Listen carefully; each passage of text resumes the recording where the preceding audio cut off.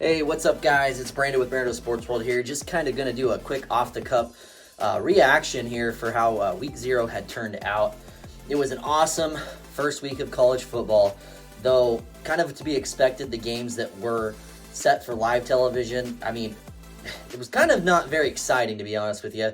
We had a Notre Dame Navy game, USC and San Jose State, which also we had a Hawaii and Vanderbilt, Ohio, and San Diego State. I'm trying to remember all of them off the top of my head, but I have them all here as well. The other one, oh yeah, UTEP and Jacksonville State.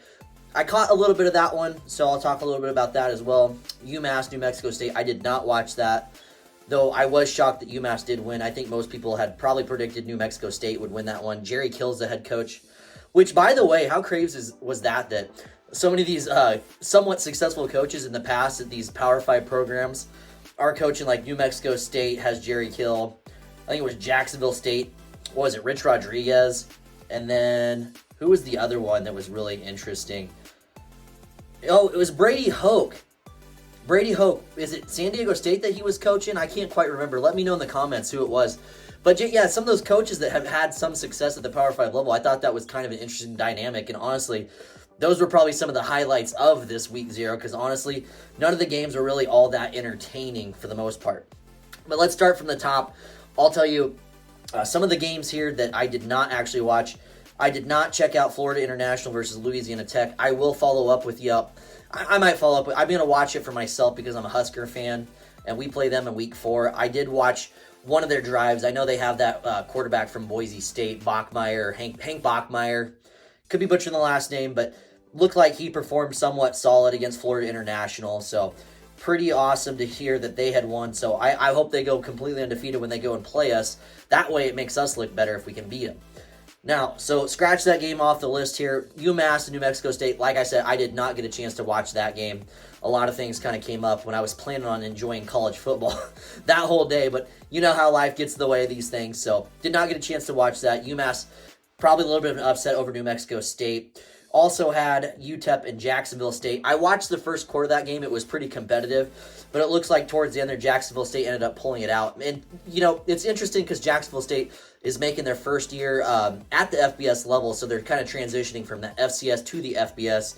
And UTEP, at the very beginning, it looked like UTEP kind of had their number. They looked like the more physical team, but somehow Jacksonville State ended up pulling it out. I did not watch the second half because I was busy at that time kind of watching San Jose State and USC.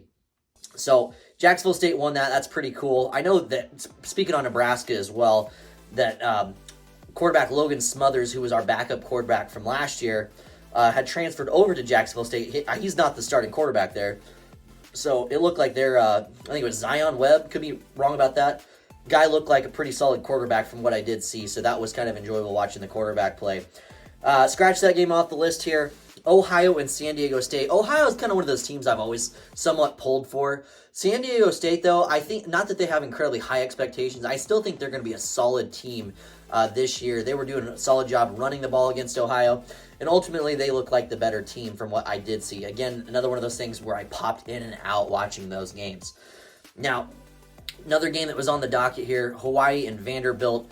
I like Hawaii, so I was kind of pulling for Hawaii in that one. And to be completely honest with you, I started watching it. I ended up falling asleep, so I didn't get to see who had won that one till I woke up this morning. A little bit disheartened that Hawaii did lose to Vanderbilt. Vanderbilt being one of the bottom dweller teams in the SEC conference.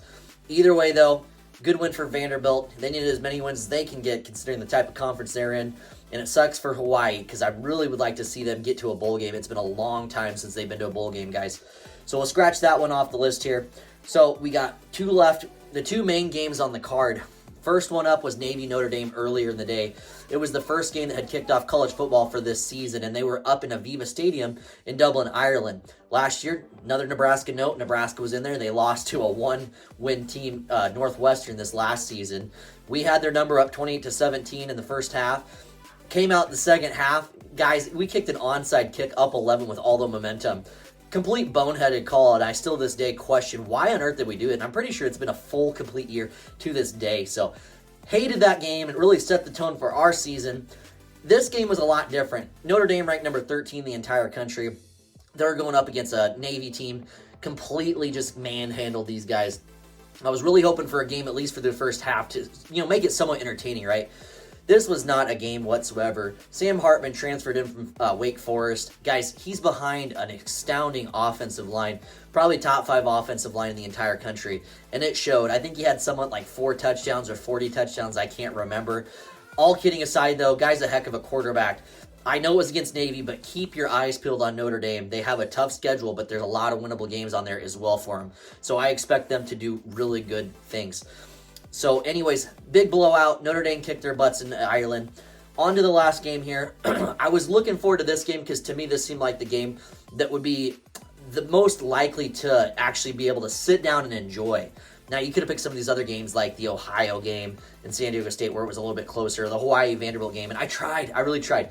But the type of football they play is nowhere near the level of these top 25 teams in the FBS. And I tell you what, USC and San Jose State, that was fun to watch in the beginning. It actually turned out to be a game through the first half. Now, first quarter, really close. I enjoyed watching some little things about San Jose State, and I'll talk about USC as well. San Jose State did quite well, and they showed up, and they're somewhat physical. They could not get a pass caught. I don't even think they caught a pass the first quarter. A couple times the quarterback threw it behind the tight ends. He was really shooting for the tight ends this game, at least through that first half, and they just kept like butterfingers. I mean, they touch it and they would just fling right off their hands. It was just hard for them to catch the balls just in general. So they didn't catch many passes, if any at all, through that first quarter for sure. That running back, though, for San Jose State, man, he was fun to watch. He reminded me of that Deuce guy from Kansas State this last year. Short, shifty, and quick in space.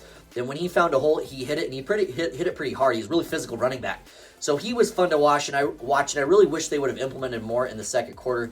I get it, though. They had to mix things up from time to time because USC's defense, though a lot of people say, oh, they're such a bad defense. Oh, they let San Jose State score 28 points. I totally get that. All right. And without pandering too much to USC, that defensive tackle, Bear Alexander, that transferred in, can't recall which team it was that he transferred in from, but man, the guy, they run the defense straight through him.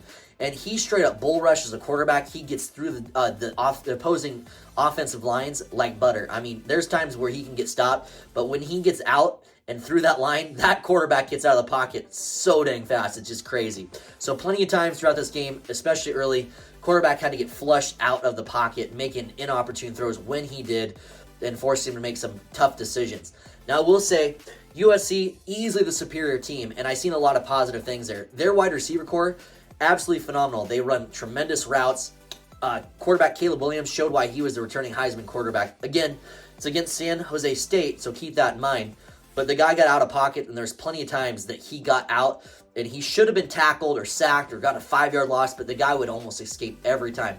I can only think of one specific time where he got tossed back, and it was like a double edge rushers on both sides, and they came and they stunted that. Then, man, they got a hold of him and threw him back. He did not like that. You could tell he felt it. So welcome to college football. It's week 0, guys. At the end of the day, USC won that game, and it looked really good. They're going to be a tough team fun team to watch this year, and it's going to be a tough team to beat for any of the Pac-12 teams. And I know they're going to be looking for revenge against Utah and Kyle Whittingham. Kyle Whittingham's a heck of a coach, so I'll be looking forward to watching that game. So stay tuned for more updates, but just a quick rapid-fire reaction off the top of my head. No notes. You see me here in person telling you how I seen it. Going to be a fun week of college football this week. We finally get some good games coming up here on Thursday. My Nebraska Cornhuskers are playing. Really looking forward to that. It's going to be a fun game to watch them play the Gophers. Florida, Utah. I like Florida. I actually like Utah too, so I don't know who to root for in that one. But anyone that's watched it in my other videos know that I'm kind of more of a Gator fan. I like the Florida Gators, so I'll be pulling for them probably more than likely. Either way, there's more games than that, and I'll keep you posted as we get closer to Thursday. But really hope you guys enjoyed the video. Just a quick off-the-cup reaction.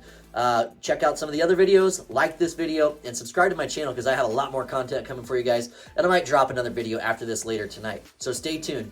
As always, I'm Brando with Brando Sports World, and I'll see you on the next one.